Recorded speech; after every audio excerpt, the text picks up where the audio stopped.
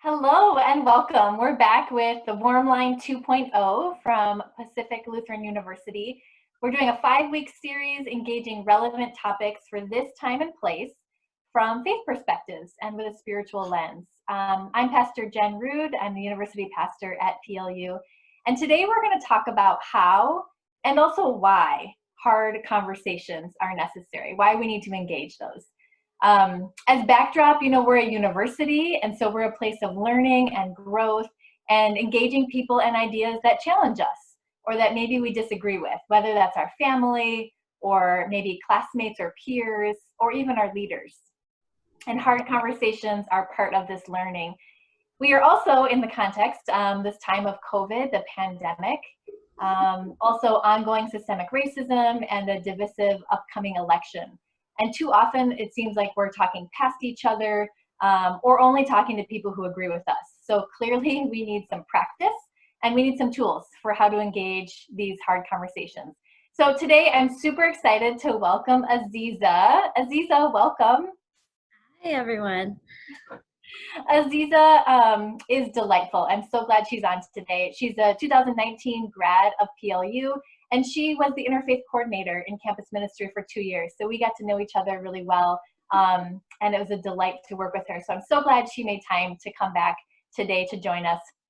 Aziza was a very active student at PLU, and in particular, engaging hard conversations through an activist lens, and then also in her interfaith work. So those were two of the reasons that I invited Aziza today.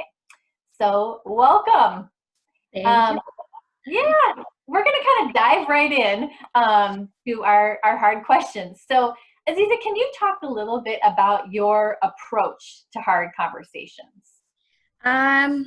So I think people try to delineate a difference between hard conversations with people that you're trying to have a relationship with intentionally versus people that, you may not feel you're friends with. But at the end of the day, we all share a community. And so one thing that I choose to do, no matter who I'm speaking to, is speak from the perspective that I'm not speaking for somebody or I want to speak with somebody, right? I don't want to speak for myself either. And when it comes to that, it's really important to me that both parties, especially myself, because I can't control other people, but I can control myself. And one thing I can do to be intentional about that is make sure I'm having conversations from the perspective that it's me and you against what we're trying to deal with. Whatever hard battle we're trying to overcome, it's me and you against that battle. So if it's, say Pastor Jen and I are trying to dialogue about race and maybe we don't agree, I don't want to attack you, Pastor Jen, and, come from the conversation that we're on two different sides when really, between the two of us, we should understand that it's me and you against racism, because it betters our community to face racism, not just for my end, if I am on one side, but for everyone, really. Yeah, I really like that. You're having a conversation with someone working on kind of a common goal rather than this sort of antagonistic relationship. Yeah. Are there ways that, Aziza, that your faith motivates you or supports you in engaging in these hard conversations? Yeah, for me, it's double-sided, right? So I grew up with the foundations of Islam and had Islam kind of painted to me as a blank canvas. When you're a child, you get different things painted onto you, and I use this as my Act 6 application answer. And so I'd have these stories, they were such bright stories told about why we shouldn't lie, and they weren't really boring. They were always good for a child age person. And so I grew up with values of justice and things like that come from the Islamic religion, because a lot of people don't think that they can be activists and be Muslim at the same time. But really, our prophet will tell you, and Allah will tell you, we want to advocate for the oppressed. And it says in the Quran at some point that God listens to the supplication of the oppressed, for sure. There's no door between God and the oppressed.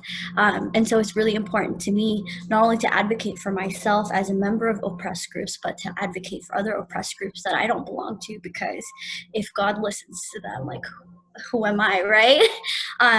And then on the flip side, there's the culture versus religion battle that I think a lot of diaspora members are faced with. So you grow up with these mothers teaching you about not lying and da da da da.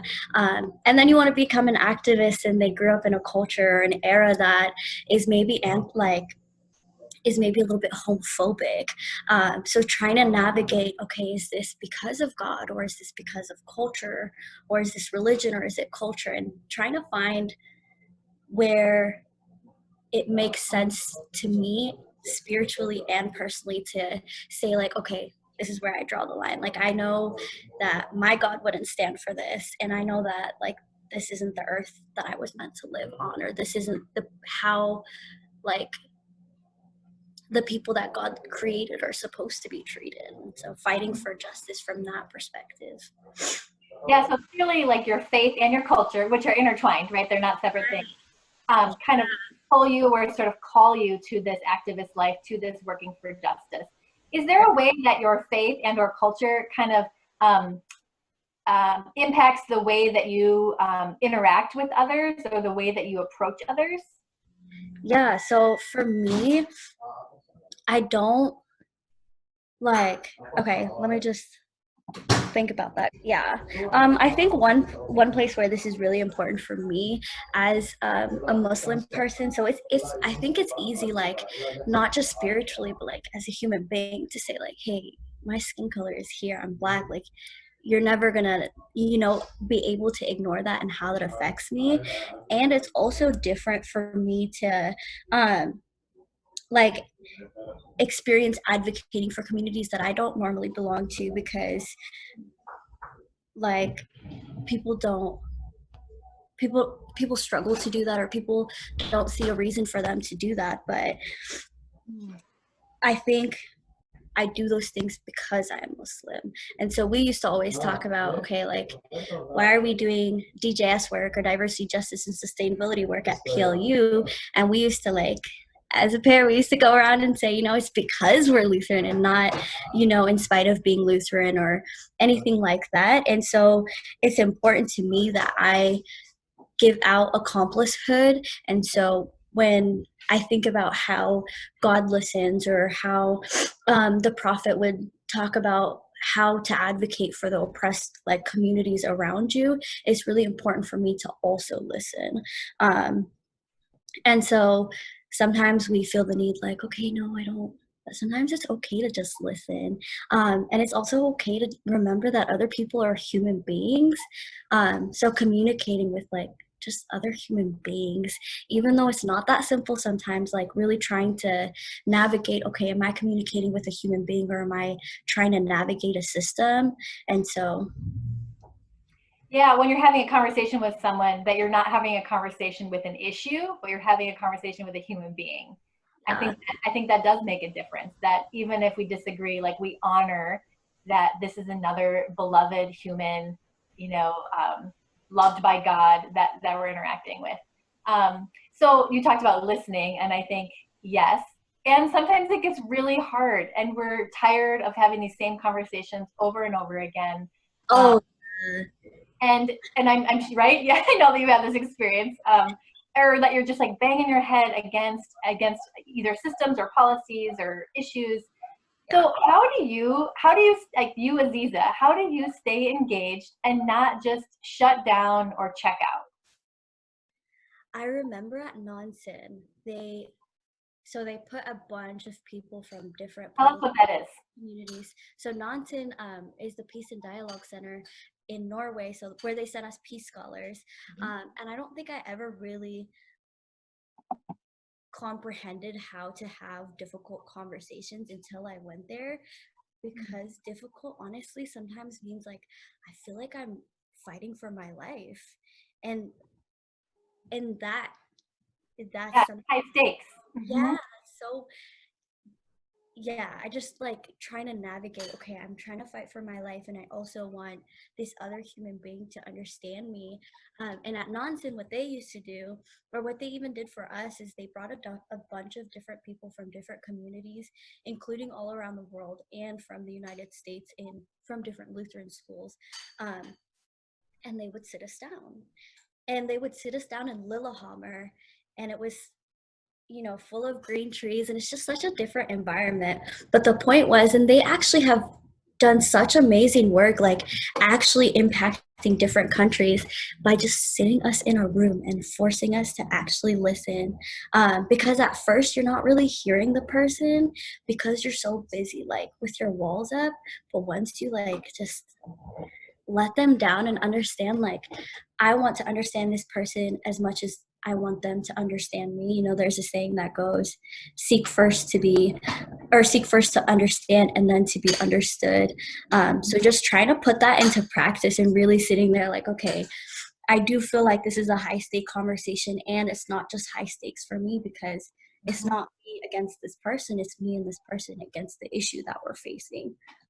Right. And it seems like in that scenario, like they really like created a space and a time to have that conversation.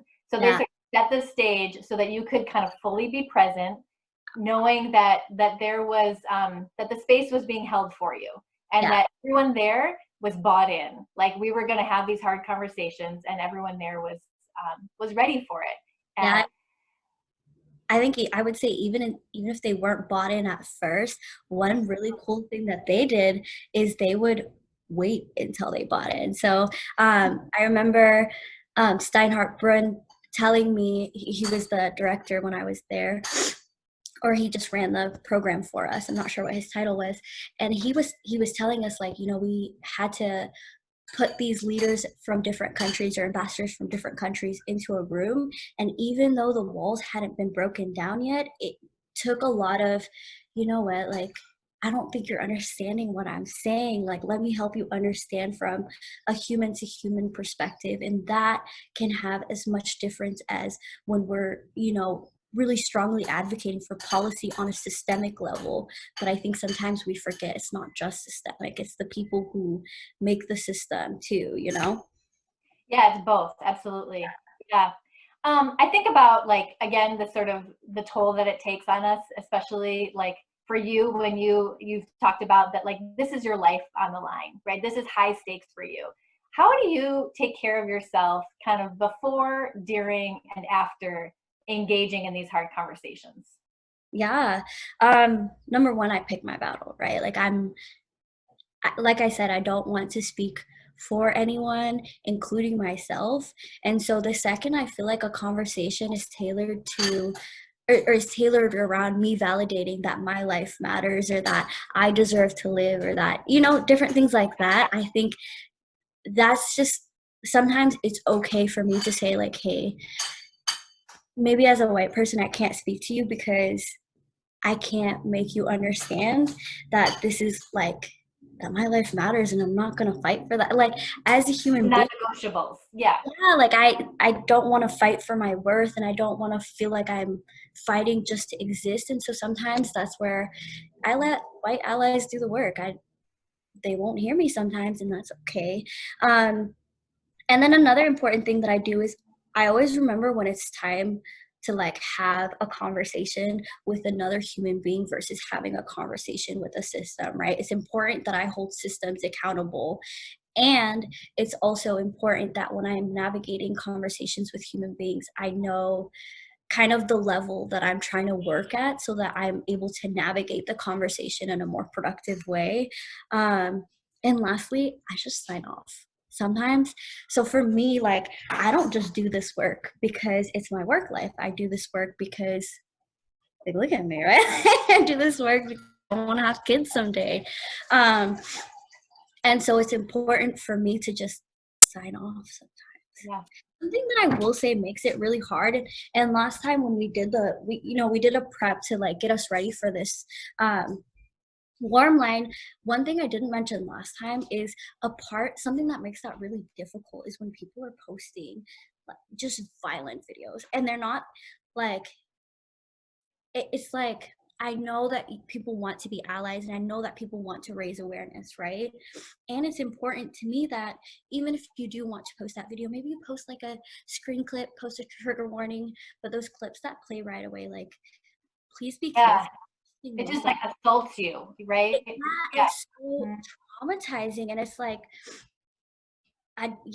that's been something that has been so Yeah, because you don't really get to opt into like, okay, I'm in a grounded, centered place. I want to engage. yeah, like I don't get to say no. It's just like Yeah, and yeah, so yeah, I would, I would say to everybody that wants to raise awareness, whether you're an ally or a person of color or somebody from a community that's experiencing a lot of violence, just be nice to yourself and be nice to the people that, you're trying to advocate for. And that's just one way.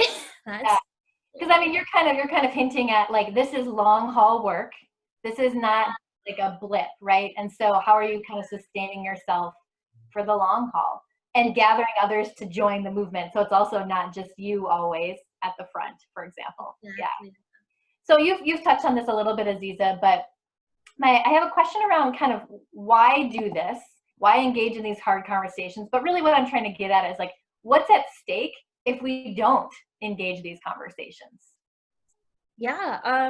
So I think we were talking about this. It's such a privilege to be able to engage a conversation from the perspective of I'm just trying to bicker my opinion versus Yeah. like I'm really just trying to fight for my life here. Like I'm trying to say that I deserve to live, that the generations like before me deserve to live, and so does the generation after me. And so I think it's important to remember why people do what they do, right? Like sometimes lives are at stake, and I can't turn a blind eye to it. That's not even an option. That's such a privilege. Like as much as sometimes I want to sign off, right? Like I can't. Like I Right. cannot. So for those who have a sense of like, oh, they might be able to opt out, that's even more of a reason to stay engaged because it is a privilege to even have that thought. Like I could take or leave this conversation. Yeah. Yeah. Right. Yeah, especially when it's not I think it's like especially advocating for other communities, knowing what it's like to be on that flip side. And when people try to have discussions about race or immigration or things that they know that I am familiar with, even professors will force me to be on the spot. And I wish that my peers who weren't necessarily being forced to speak up because it was their life, like that sense of urgency, I wish they would speak up sometimes. And so trying to remember that it's important that I do that for communities that I don't belong to, because nobody should have to advocate for the fact that they deserve to live, that they deserve to choose the life that they want to choose or be who they are. And it's important for me to do it on both sides as somebody who's advocating for my own community and for other communities. It speaks to like the interconnectedness, like we're all advocating for liberation and justice, and there's a lot of ways to do that, and we need to do that kind of from our own experience, but also in solidarity with others, even if we don't share that experience. Yeah. Exactly. And additionally, when you think about the bigger picture, I'm not free until everyone's free, right? Like I can't advocate for Black lives and say that Black lives matter and then fail to advocate for people with different abilities or people who come from a variety of socioeconomic statuses, sexual orientations, things like that. It's just it blows my mind how some people can advocate for one thing and then be like say for example, you're anti-homophobic, right? You do anti-homophobia work, but then you don't do anti-racist work, and as if they're different things, right? Right. Yeah. There are queers, right? Yes. There. Yeah. So I'm kind of thinking about, we're hoping, some incoming students are watching this, so they're getting ready to join this university, to join PLU. What advice or wisdom would you give those incoming students about how they can kind of show up and engage in these hard conversations as part of their learning? Yeah, for me, so I had the opportunity and the privilege to see one of the editors of Octavia's Brood speak at a conference once. And she said something that just blew my mind. She said, that all change is speculative fiction, right? So instead of waiting for the world to change, for the world to change, for you to change, let the world catch up to you. You know, like sometimes if you're navigating the conversation from like a still perspective, we're not living in the speculative fiction or the world that we want to live in, right? Because the imagination, yeah. exactly, because people who work to like end racism in the United States particularly, they didn't think that there would be a day when they wouldn't be slaves anymore, right? Like, or where they wouldn't have to like live this narrative. But it took those who saw that future and who lived for that future to really make it happen. And so sometimes the stillness of the world is really overwhelming and it's really negative. But for me, it's like I love this work and I love what I do because it's like a science fiction play, right? Like I'm engaging with a world that I want to see and I'm not waiting for it to change. I'm just living in it already and waiting for the world to catch up to me. Yeah, it feels like you're doing both. You're both critiquing what is and imagining what could be. Yeah, exactly. Because I think it really can be like such a, ooh, like it can be. We need something to pull us forward, right? Yeah, exactly. Yeah. And I would say just remember that we're not on two different sides of the battle. Rather, we're on one side of the same battle where we want the like end line to be, or the finish line to be something that works for all of us. That frees all of us, yeah. Exactly. Yeah. And like, just know when you're like, know which systems you're navigating so that you're like productive. And also remember when it's time to like sit out. Or if you're white, remember when it's your turn to step in. Or if you're, you know, like if you come from a community where like you're not from the community that needs advocating for, just know when it's your time to step in and know when it's your time to step out. And as long as we do what we all can individually, like I want to believe it'll go somewhere nice. Thank you so much, Aziza. It's been so good to talk with you. I really appreciate your wisdom from experience and your imagination kind of calling us forward. And I just am so grateful and I wish you luck in your next adventures. Thank you, Pastor Jen. We're going to do this again, everybody. Don't worry. All right. Take care. Bye. Thank you, Pastor Jen. Thanks for having me. Bye.